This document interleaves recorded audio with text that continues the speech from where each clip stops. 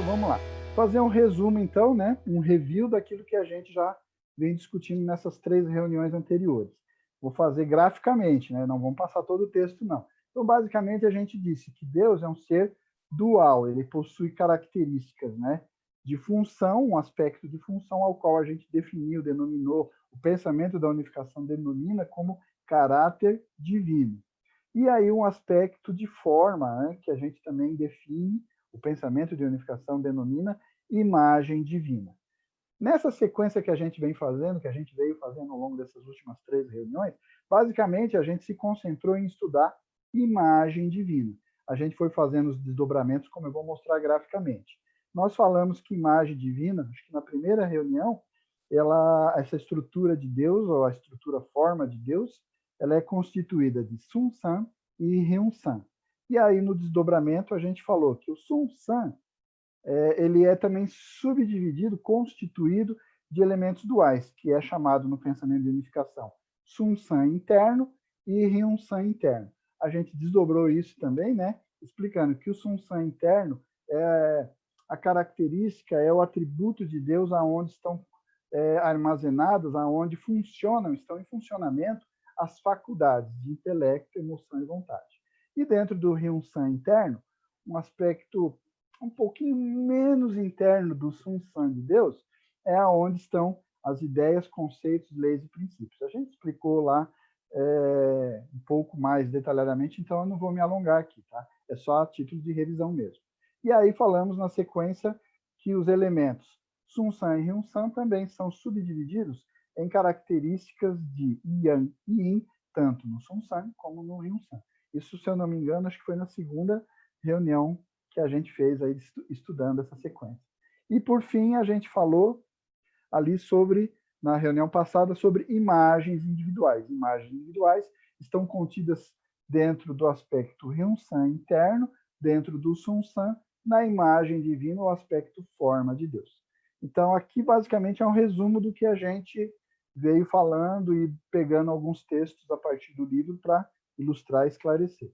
E hoje a gente vai começar a estudar esse outro aspecto, o aspecto função, o aspecto que a gente denomina, que o pensamento da unificação denomina, como caráter divino, dentro do qual a gente vai estar falando sobre coração, logos e criatividade.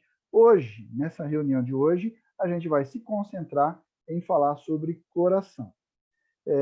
Eu já vou fazendo aqui algumas observações a priori, antes da gente entrar propriamente. Como eu estou dizendo, hoje a gente vai falar sobre coração. Ainda assim, não vamos esgotar esse assunto, eu não pretendo, o livro não pretende, a gente vai conceituar, eu peguei, não trouxe todo o conteúdo que está lá no livro, então já deixo aqui de antemão a sugestão para depois todos possam lá buscar esse livro e ler e tentar aprofundar um pouco mais, porque o conteúdo é bastante extenso, é bastante profundo.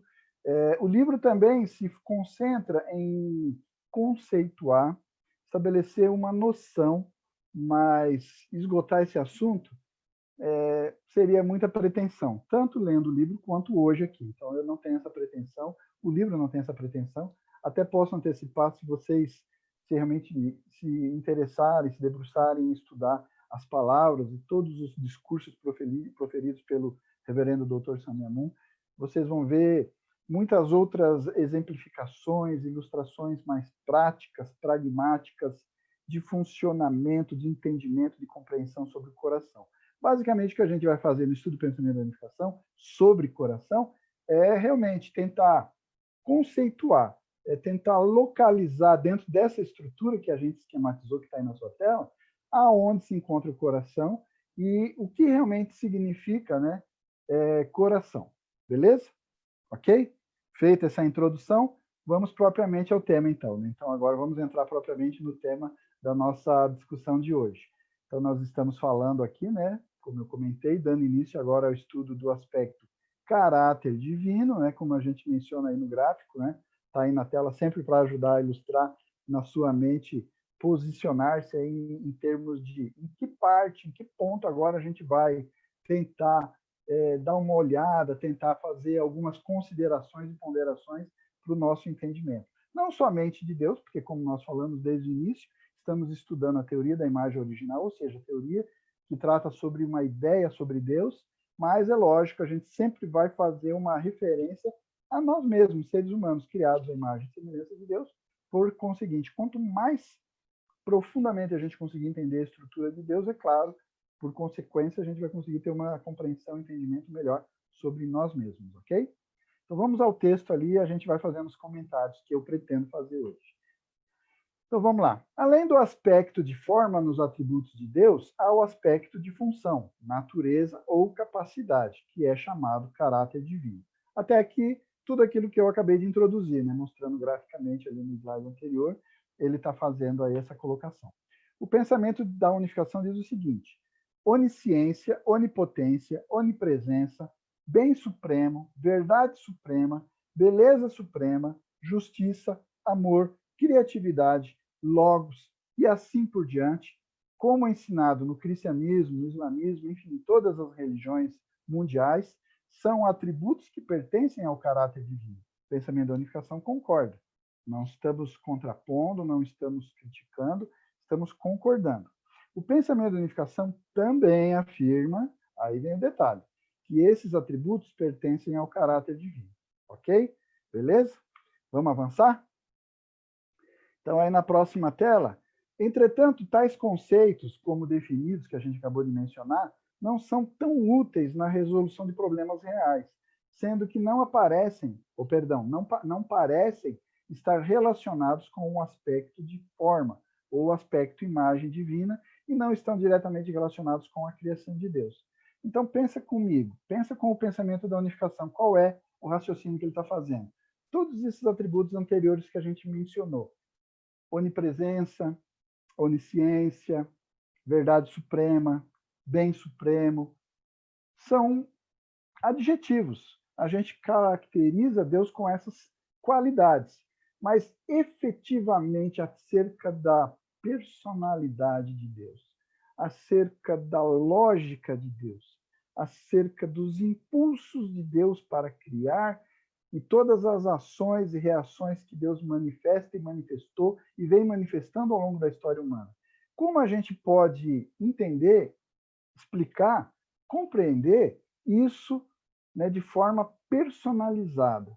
O que eu quero dizer com isso? Porque quando você estuda na teologia, toda a teologia cristã, vamos nos concentrar então na teologia cristã.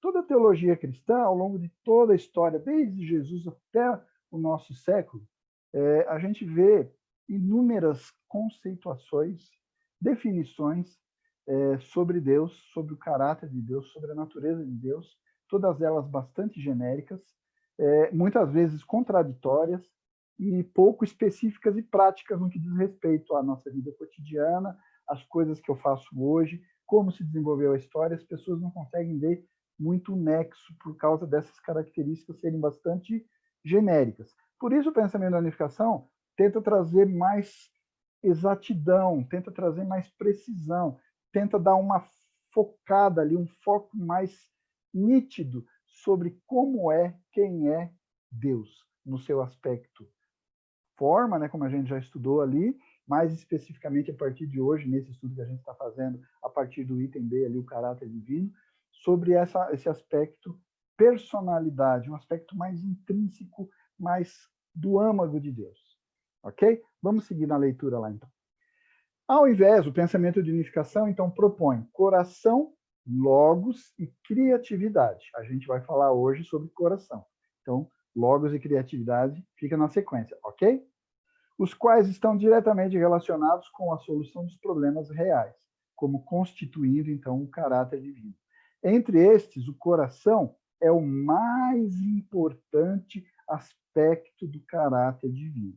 Você trouxe o papel e caneta? Anota, estou dando as dicas, né? Vai cair na prova, é questão de vestibular, brincadeira, né? Mas, enfim, é um conceito muito importante, eu grifei porque ele é referência e paradigma para a sequência do que a gente vai falar aqui hoje, e mesmo se a gente ainda não conseguir abranger todo o conteúdo, quando você se propor a estudar, buscar mais detalhes ali no próprio livro, leva essa informação como uma referência, porque ela é fundamental. Coração é o mais importante aspecto do caráter divino. Nunca antes ensinado claramente em qualquer outra escola do pensamento. E longamente e várias vezes de forma tão enumerada e tão diversificada, explicada pelo próprio reverendo Dr. Samyamun nos seus inúmeros discursos, não é verdade? Então, só para a gente se situar novamente, botei o gráfico. Estamos falando da função, o aspecto caráter divino agora, né? E aí, dentro do caráter divino, lá no âmago do caráter divino estão coração, logos e criatividade. Mas o pensamento da unificação afirma: coração é o mais importante aspecto do caráter divino. Beleza? Avançando. Pergunta fundamental. O que é coração? Não leiam um texto. Vamos pensar. Eu quero fazer o exercício do pensar. O que é coração? Quando você fala coração, o que vem à sua mente? Vamos fazer alguns exercícios a partir daquilo que a gente estudou sobre Sun interno e Sun interno. Intelecto, emoção e vontade, leis, ideias, conceitos e princípios. Lembra disso? Como é que no seu arcabouço lá do seu Sun interno, aonde você armazenou todas as ideias, conceitos, leis e princípios, o que tem dentro do seu Sun interno sobre coração? O que é coração? Coração é um lugar, né? É um lugar, porque dentro da estrutura do pensamento e educação, como a gente vem comentando até agora, a gente foi posicionando e dissemos agora há pouco que é o aspecto mais importante dentro do caráter interno. E o caráter interno é um aspecto um pouco mais, né, interno de Deus. A gente falou lá no início, acho que na primeira reunião que a gente fez, que é uma exemplificação para entendermos como Deus está estruturado, a gente poderia colocar ele como camadas, né? Várias camadas com aspectos mais profundos, aspectos mais superficiais, todos eles, lógico, estão em íntimo relacionamento, formando um todo único, indivisível, coeso, mas só a título de entender o funcionamento de posicionamento, a gente diz que o coração está mais lá no âmago, é uma das camadas, ou a camada mais interna, mais central nessa estrutura que nós definimos Deus. Então, realmente, coração é um lugar? Coração é um objeto? É alguma coisa tangível, um órgão? Né? Normalmente, quando a gente fala coração, a gente vem à mente o órgão, né, que faz o nosso sistema de circulação, bombeamento do nosso sangue. É uma estrutura limitada, tangível, né, que tem uma forma, uma cor, uma densidade. Quando a gente está falando de coração, Deus, e mesmo no ser humano, quando a gente fala nesse aspecto coração semelhante, né, à imagem de Deus, será que é realmente um objeto? Normalmente vem à nossa mente uma ideia semelhante, né? A gente tenta sempre tangibilizar essa estrutura coração. Né? E principalmente para quem é unificacionista, ou pelo menos curiosamente já foi ler alguns dos discursos do reverendo Dr. Samyamun, quando ele se refere especificamente ao coração, a gente vê que ele dá tantas características que a gente começa a tangibilizar realmente na nossa mente, através do intelecto, emoção e vontade, lá no aspecto leis, ideias, conceitos e princípios, a gente começa, mas de fato, o que é coração? O que é coração? Vamos ao texto? Coração, ou Shinjun, como é a palavra coreana que é utilizada pelo reverendo Dr. Samyamun, é o núcleo do Sunsan de Deus. Eu tenho um gráfico mais adiante que eu vou colocar aí para vocês entenderem nessa estrutura de camadas, para a gente tentar localizar o coração, tá? Mas, enfim, né, não se atenha ao conceito local ou objeto, tá bom? Coração não passa por nenhum desses conceitos. A gente sempre tenta tangibilizar, mas não vai passar por aí. Olha o que ele diz ali. Coração é o impulso emocional de buscar alegria através do amor. Grifei e anota na sua cola. Isso daí é fundamental. Coração, ele está dizendo o quê? Que o coração é um impulso. Opa, então ele não é um objeto. Ele não é uma localização. Lá no âmago, lá no coração. Não é um local. Não é um objeto que está ali. Não, ele é um impulso. Percebe? Bota lá no seu Ryun-san, no seu arcabouço ali de ideias, conceitos, leis e princípios. Coração é impulso de buscar alegria. Então, esse impulso, ele tem um foco, ele tem um objetivo único. buscar alegria. De que forma? Também de uma forma única, através do amor. Isso é um conceito. Anota, não tem como a gente discutir isso. Isso não é discutível. A gente está elencando um conceito. Então, anota aí. Vamos lá. A fim de oferecer, então, um entendimento correto e claro sobre o conceito de coração, vamos utilizar, então, o caso conveniente dos seres humanos, aquela analogia que a gente já vem fazendo ao longo de todas as nossas discussões anteriores. Todos buscam alegria por sua própria natureza, com certeza. Não há ninguém que não deseja ser feliz. Todos querem felicidade, o que é a mesma coisa que dizer, né? Estamos buscando ser felizes. Embora todos sempre tenham o impulso de ser felizes, parece verdade também que até hoje a maioria, se não a totalidade das pessoas, tem sido incapazes de obter genuína e eterna alegria. Isso é porque as pessoas têm tentado alcançar felicidade através da aquisição de dinheiro, poder ou conhecimento. Mas estes nunca podem trazer verdadeira felicidade. Então, como podemos obter verdadeira felicidade? Verdadeira felicidade somente pode ser obtida através de uma vida de amor verdadeiro. Parênteses aqui.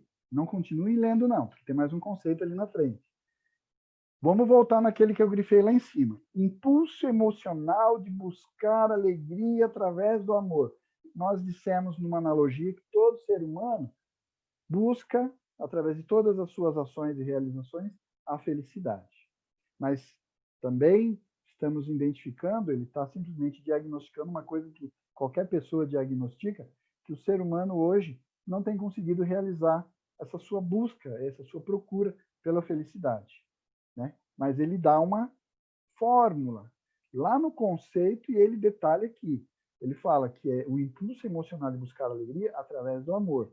E aqui ele diz que a verdadeira felicidade, essa verdadeira alegria almejada por esse impulso chamado coração, ele é somente obtido, ou somente obtida nessa felicidade, através de uma vida de amor verdadeiro. Outra forma, dá para a gente discutir isso daí, dá para a gente negociar, dá para barganhar aí uma outra forma. Será que dá para barganhar?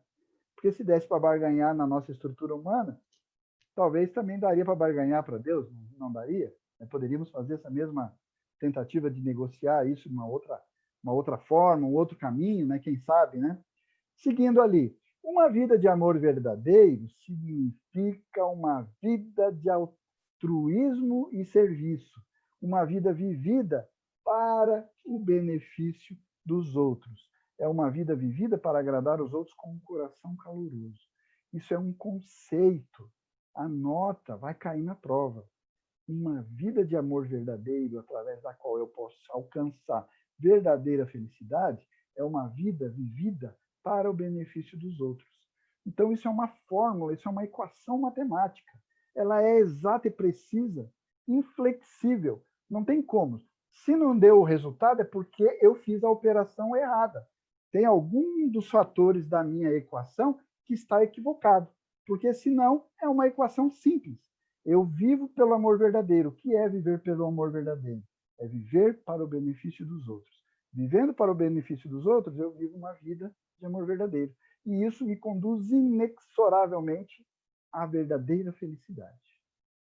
Qualquer alteração e desequilíbrio nos fatores desta equação, né? Temos aí um doutor em matemática, não vou nem ousar ficar discutindo muito, né? O nosso irmão, o doutor Gama, ele é especialista nisso. Então, se eu falar alguma bobagem, me corrige ali no chat. Mas, basicamente, uma equação, para ela ter um resultado equivocado, é porque eu coloquei algum dos fatores equivocados ou fiz algum cálculo errado, porque a equação só pode ter um resultado. O coração é o impulso de buscar alegria através do amor. E o amor verdadeiro é a forma de alcançar a verdadeira felicidade. Ou seja, a partir do momento que eu vivo para o benefício dos outros, eu estou buscando substancial e concretamente estabelecer a verdadeira felicidade na minha vida. Isso é um conceito, hein? Depois a gente pode até discutir na prática, mas é um conceito fundamental. Depois adiante, até o pensamento da unificação abre algumas discussões, não vou me alongar nisso, com certeza, se vocês quiserem discutir isso na sequência, a gente continua, tá bom? Vamos lá, para o próximo slide. Coração, então, é um impulso emocional, ok? Não é um lugar, não é um órgão, não é um objeto. Coração, quando a gente falar de coração de Deus, quando nós falarmos do âmago do ser humano, aquele impulso do coração, quando falarmos do coração, nós estamos falando de um impulso emocional. Mas vamos ver isso mais detalhadamente, o que ele explica ali no pensamento da unificação. Permita-me explicar, então, esse conceito de impulso emocional. O impulso emocional é o desejo irreprimível que brota dentro de nós.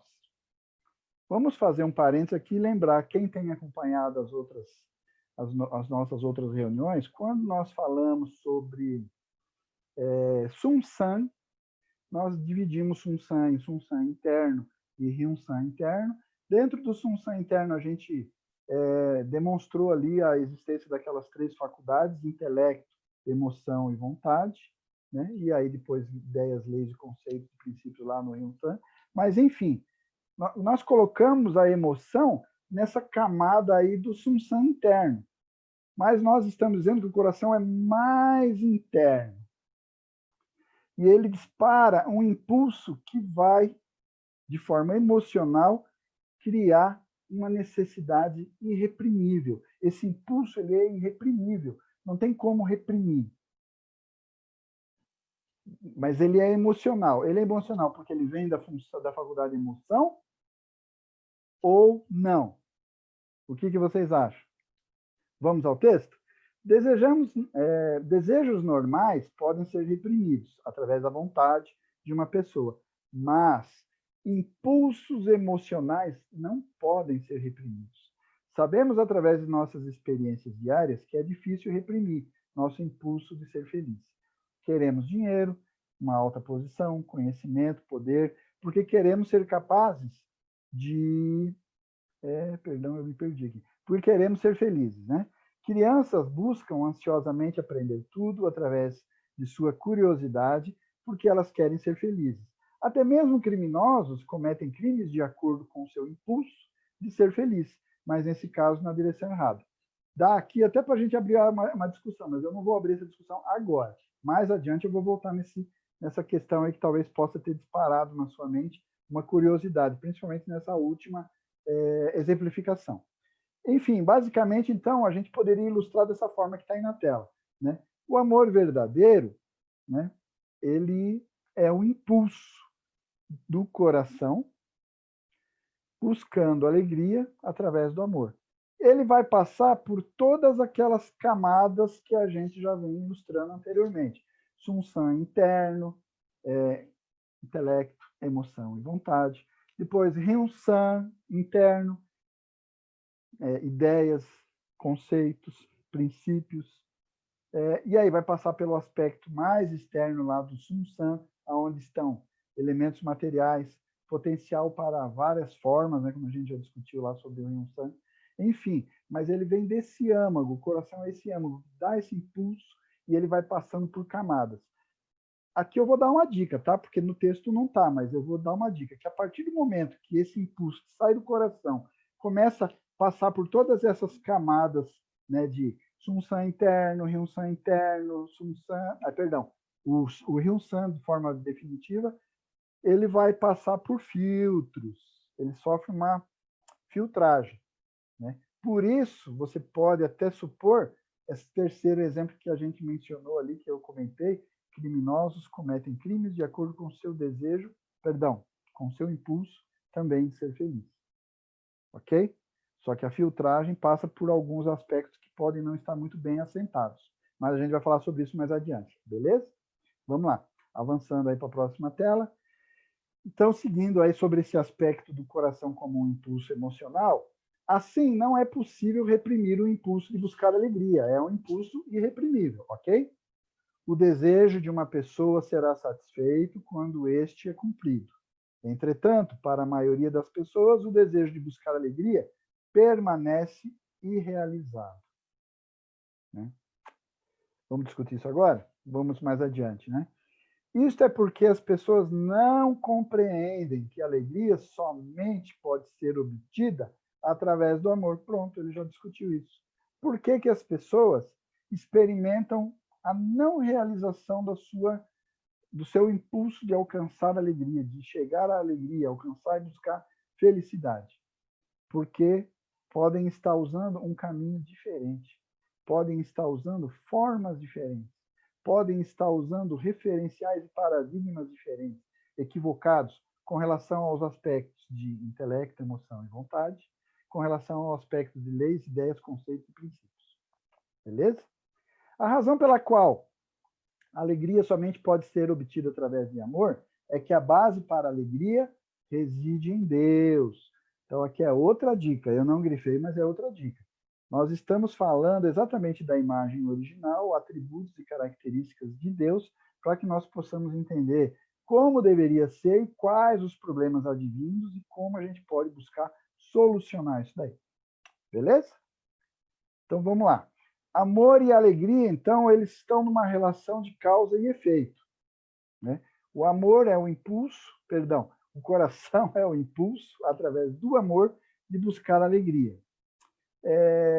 Aqui, a gente tem um parênteses, eu gostaria de colocar um parênteses para vocês pensarem, né, nas suas reflexões e quando forem estudar isso mais aprofundadamente aí, por sua própria iniciativa, vocês pensarem. A gente tem uma tendência a criar dualismos com algumas dessas palavras. E esses dualismos não são, alguns não são originais, então eles não deveriam existir. A gente, quando fala de dualidade, características duais, né, função e forma, caráter divino, imagem divina, Sum-San, Ryun-San, Yang, Yin, esses são atributos normais, originais de Deus, através dos quais ele criou todo o universo. Agora, existem algumas outras características dualizadas que não são originais. Por exemplo, né, uma vez me perguntaram sobre o elemento dual da palavra amor. Então o ódio seria o elemento yin do amor, né? Olha só onde chega a confusão que pode acontecer na nossa mente por não termos um entendimento tão aprofundado do pensamento de unificação.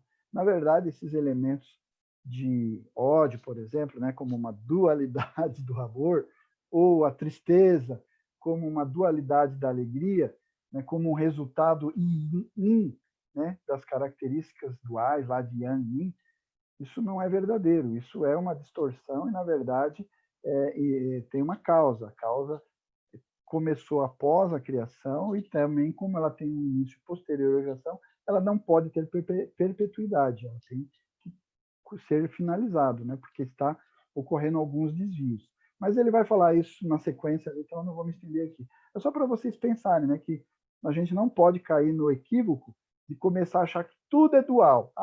Então o bem, o mal, então é a dualidade yin do bem. Não, pera lá, ninguém está dizendo isso. O pensamento da unificação não passa por esse caminho em nenhum momento do livro. São quase 500 páginas em português.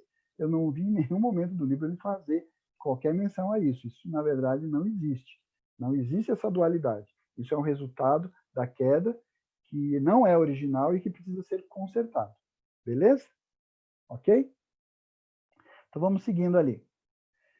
Deus é o Deus de coração. Deus possui coração ou, né, como a gente já conceituou, esse impulso emocional para buscar alegria através do amor. Só um pouquinho aqui que o chat piscou na minha tela. Deus possui coração... perdão, vamos lá de novo, começar. Deus possui coração ou impulso emocional para buscar alegria através do amor, como a gente acabou de conceituar. E esse impulso de Deus era ainda mais irreprimível do que dos seres humanos. Então, se a gente está dizendo que no próprio ser humano esse impulso de buscar alegria através do amor ele é irreprimível, imagina em Deus. Entretanto, em uma escala menor, os seres humanos também herdaram o coração de Deus, esse impulso emocional de buscar alegria através do amor, de acordo com a lei de semelhança que o pensamento da unificação tão enfaticamente valoriza. Deste modo, embora sejamos decaídos e tenhamos perdido o amor verdadeiro, ainda temos o impulso de buscar alegria e é impossível reprimir esse impulso. Em Deus, o impulso emocional de buscar alegria está fundamentado no impulso de buscar amar, sendo que verdadeira alegria não pode ser obtida de outra forma além do amor verdadeiro. Então, lembra que a gente andou conceituando ali em umas telas anteriores, né? Coração é o impulso de buscar alegria através do amor. O amor, a felicidade verdadeira, ela só é obtida através do amor verdadeiro. E o amor verdadeiro é o amor que vive para o benefício dos outros. Ou seja, amor implica na existência de um objeto para ser amado. Ele não se conjuga por si só. Se eu amo alguém ou algo, né? É um objeto para que eu possa direcionar esse amor. Então, percebe que quando surgiu no coração de Deus o impulso de buscar alegria através do amor ou através de amar, surgiu irreprimivelmente a necessidade de um objeto para amar.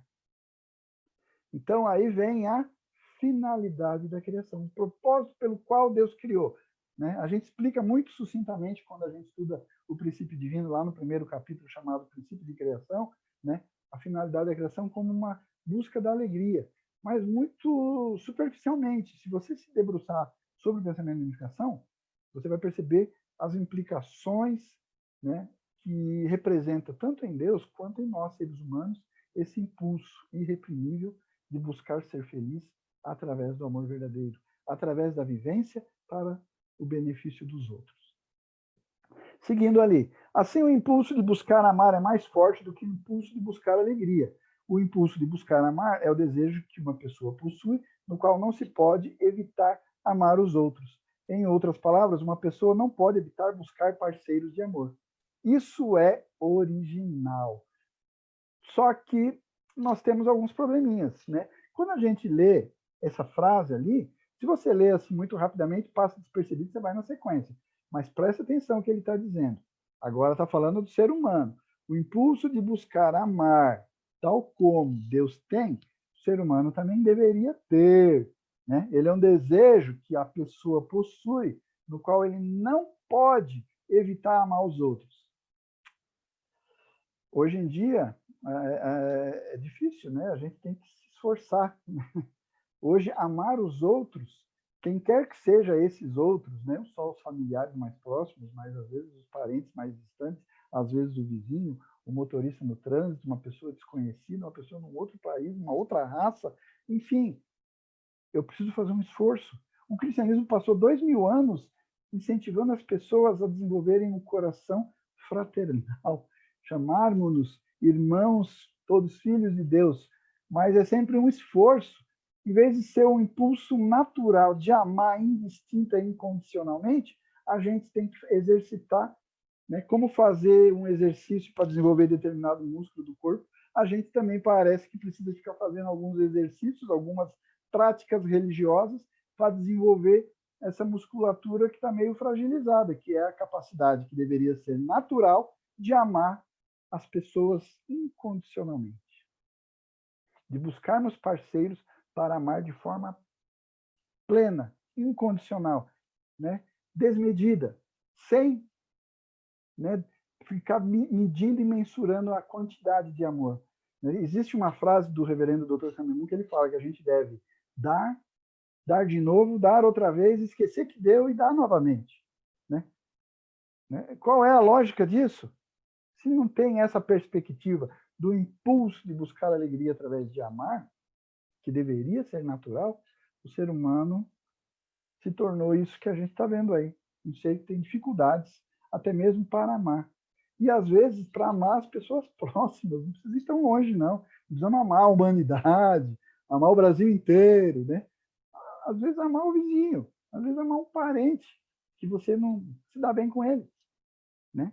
Mas, enfim, é só uma reflexão. Vamos seguindo ali. Seguindo ainda nesse tópico, Deus é o Deus de coração, o impulso de buscar alegria é desencadeado por esse impulso de amar.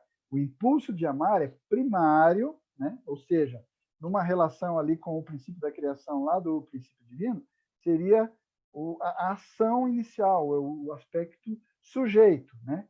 Aquele que inicia a ação. Enquanto o impulso pela alegria, ele é secundário, ele é o reativo, ele é o elemento objeto nessa relação. Assim, amar é um impulso incondicional, ao contrário do que é o impulso por alegria. Percebeu? Me permite, eu vou ler de novo isso aqui, é importante. Não grifei, merecia um grifo, mas é um conceito. Amar é um impulso incondicional. Qual a condição? Não tem condição. Qual é a medida? Não tem medida. Aí você fica me perguntando, mas como? Como pode? Como é que eu posso amar uma pessoa estranha? Como é que eu posso amar, né, uma pessoa que não é meu parente? Como é que... Pera lá, mas como é que você ama o seu filho? Quem tem filho? Né? Porque não sei se todos estão aí ouvindo, tem filho, mas quem está na posição de pai ou mãe sabe o que eu estou dizendo. É um impulso irreprimível, né? Incondicional, desmedido, às vezes irracional, né? De amar, né? E a sua alegria é dar amor, dar mais e mais amor para aquela pessoa, para aquele objeto dessa ação, amar. Seguindo ali, o resultado necessário de amar é alegria. O resultado inexorável de amar é alegria. O resultado não é possível outro, do amar é alegria. É uma equação. Assim, amor e alegria são os dois lados da mesma moeda. E o impulso de buscar alegria é o impulso de buscar amar que se manifestou. Assim, o coração de Deus também pode ser expresso como impulso emocional de amar infinitamente. Uma outra faceta daquilo que a gente conceituou ali, alguns gráficos anteriores, né? Nós falamos que o coração de Deus, naquela primeira definição que vocês anotaram aí, que vai cair na prova, é o impulso de buscar alegria através do amor. Mas depois de tudo isso que a gente discutiu, essas exemplificações que o texto deu, a gente passa a ter um conceito com uma nova faceta, né? O impulso emocional de amar infinitamente. Traz isso para o ser humano. Para Deus, você vai dizer, não, mas Deus é infinito, Deus é absoluto, Ele é onipresente, verdade suprema, bem supremo, tudo aquilo ali que as religiões falam, né? Traz isso para a nossa realidade. Se nós somos a semelhança de Deus, temos um impulso, temos coração, um impulso emocional de amar infinitamente. Quanto? Infinitamente. O nosso infinito realmente é infinito? Ou ele tem alguns limites ali, ele tem algumas áreas, né, de buraco negro ali, falando a nível de universo, né? Mas, enfim, só a reflexão, né? Amor requer necessariamente um parceiro objeto. Especialmente o amor de Deus é um impulso irrefreável. E, portanto, um parceiro objeto de amor era absolutamente necessário. Assim, a criação era necessária, era inevitável e nunca poderia ser considerado como meramente acidental, como alguns tolos pensam, né? Então, percebe? Nós não vamos entrar nessa discussão, na sequência ali, o livro entra no aspecto do coração, esse impulso e o processo da criação. Fica aí a sugestão para vocês lerem, se aprofundarem, não vou me estender aqui, em função do horário, respeitando o horário ali, né, que a Maite me deu. Então, eu vou deixar isso para vocês estudarem. Mas uma coisa que eu gostaria de enfatizar é esse grifo que eu dei ali. A criação passou a ser, então, necessária, inevitável, e nunca poderia, deveria ser considerada como algo aleatório, randômico, acidental. De jeito nenhum. Tá inconcebível essa ideia. Mas como nós temos alguns problemas dentro da nossa própria natureza, fica difícil, né? Mas enfim. Vamos seguindo aí? Então, só para ilustrar aí, para a gente não se estender, né? Aquela colocação que eu queria fazer, eu mencionei lá na frente, esse gráfico consta lá no livro do Pensamento de Unificação, falando sobre coração. Então, só para vocês situarem aquela exemplificação que eu brinquei falando das camadas, né? É uma exemplificação, ilustração para entendimento, tá? Ninguém aqui está dizendo que Deus é uma cebola cheia de camadas, não. É só para vocês perceberem que na estrutura de Deus a gente tem aspectos mais internos e menos internos, né? Estão escalonados assim em grau de importância a partir de onde começam os impulsos, os filtros, como esses filtros vão se aplicando e os efeitos disso na sequência. Então, a partir do coração, como a gente mencionou, né, só para ilustrar aí no gráfico, surge o impulso, né, que a gente chama, né, o amor, o impulso de amar, através desse amor, buscar ser feliz. Esse impulso vai passar pelas camadas Sum-Sam interno, intelecto, emoção e vontade, as camadas, a camada, perdão, Ryun-Sam interno, ideias, conceitos, leis e princípios, aí vem lá por fora, né? Porque essas duas camadas aqui, basicamente, a gente está falando de Sum-Sam, aí vem o Ryun-Sam, né? E aí, né, depois todos os elementos criados. Beleza? Então, só para entender o gráfico ali, eu gostaria de mencionar uma outra coisa que o livro fala ali também, para a gente não se estender muito, que é o aspecto do coração e a cultura. Por quê? Nós precisamos analisar e fazermos a referência do ser humano. Quando nós, seres humanos, fazemos essa referência usando esse aspecto de Deus aí, de coração, lá no âmago, como impulso de buscar alegria através do amor, saindo do centro e passando por todas as suas demais camadas, filtros ali, né, que vão direcionar esse impulso, no ser humano funciona semelhante. Só para ilustrar, então, para vocês perceberem, eu estou falando aqui, ó, não sei se vocês conseguem visualizar na tela, mas ali, ó, eu estou circundando a letra C, bem no centro desse triângulo. Né? Essa letra C é o coração. A partir do coração, dispara esse impulso. Na primeira camada, que é aquilo que a gente fala das funções ou da faculdade, as faculdades da mente, ele vai se deparar com intelecto, emoção e vontade. Esses elementos, essas faculdades, têm funções específicas como objetivo, né? Como ele fala aí, né, em termos de valores. O que o intelecto busca? Ele busca como valor a verdade, né? A emoção busca como valor o bem. E a vontade busca como valor... perdão, eu falei errado aqui, deixa eu corrigir aqui primeiro, voltando ali. A emoção busca como valor a beleza, né, o belo. E aí a vontade busca como valor o bem. Então, quando o impulso para buscar alegria através de amar passa por esses filtros do intelecto, emoção e vontade, verdade, beleza e bem, se dentro do meu Ryun-Sam interno, ideias, conceitos, leis e princípios, eu tenho isso muito bem estabelecido, muito claro, muito nítido, nada de coisas confusas, dúbias, distorcidas, é claro que esse impulso vai fluir buscando ações, realizações, objetos que sejam verdadeiros, belos e bons.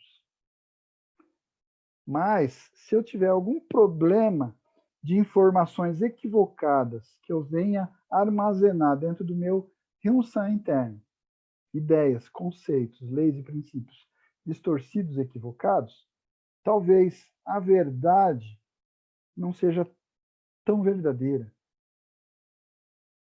A beleza não seja uma beleza tão verdadeira também. E o bem não seja um bem tão bom assim. Porque nós falamos num dos gráficos anteriores que o referencial de tudo isso é Deus, as características de Deus. Nós temos, dentro dos discursos do reverendo Dr. Salomão, uma conceituação sobre amor, onde ele fala sobre amor verdadeiro. Amor é amor. Não, não é bem assim. Por causa da queda, o amor ele se tornou falso.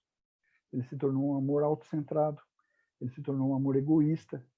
E esse amor autocentrado, esse amor egoísta em nós, seres humanos, causou alguns problemas conceituais, algumas ideias equivocadas, alguns princípios não muito naturais.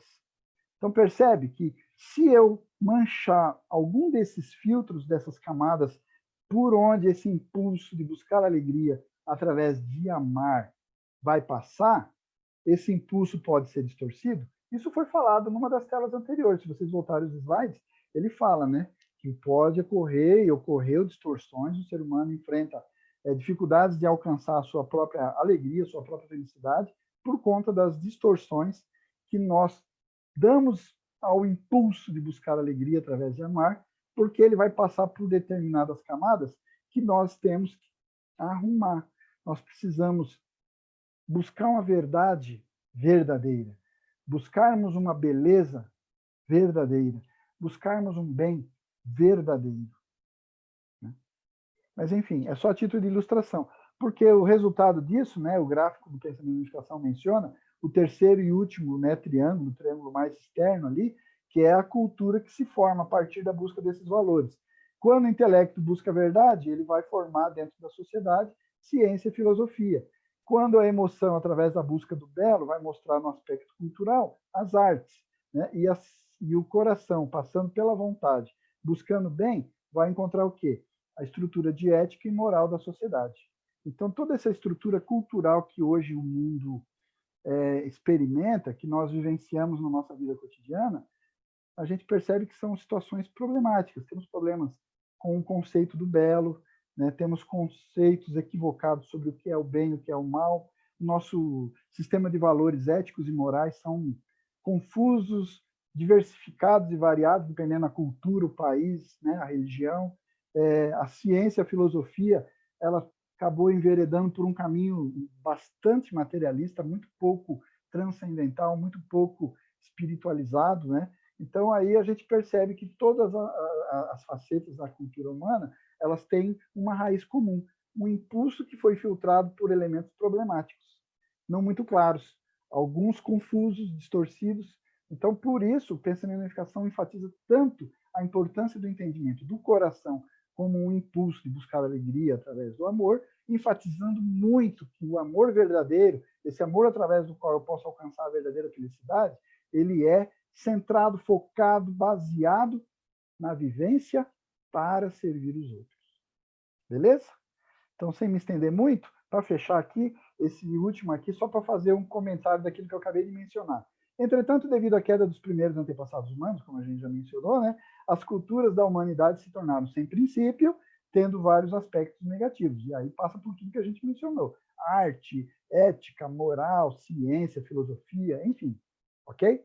Então, essas culturas continuaram até hoje, o tempo todo repetindo esse ciclo de ascensão e queda. Isto é porque o coração, que deveria ter sido o núcleo do Sum-Sam humano, foi bloqueado, distorcido, manchado, maculado por filtros comprometidos. E o impulso, então, do coração foi distorcido para o impulso que hoje se tornou um amor egoísta, egocêntrico, autocentrado.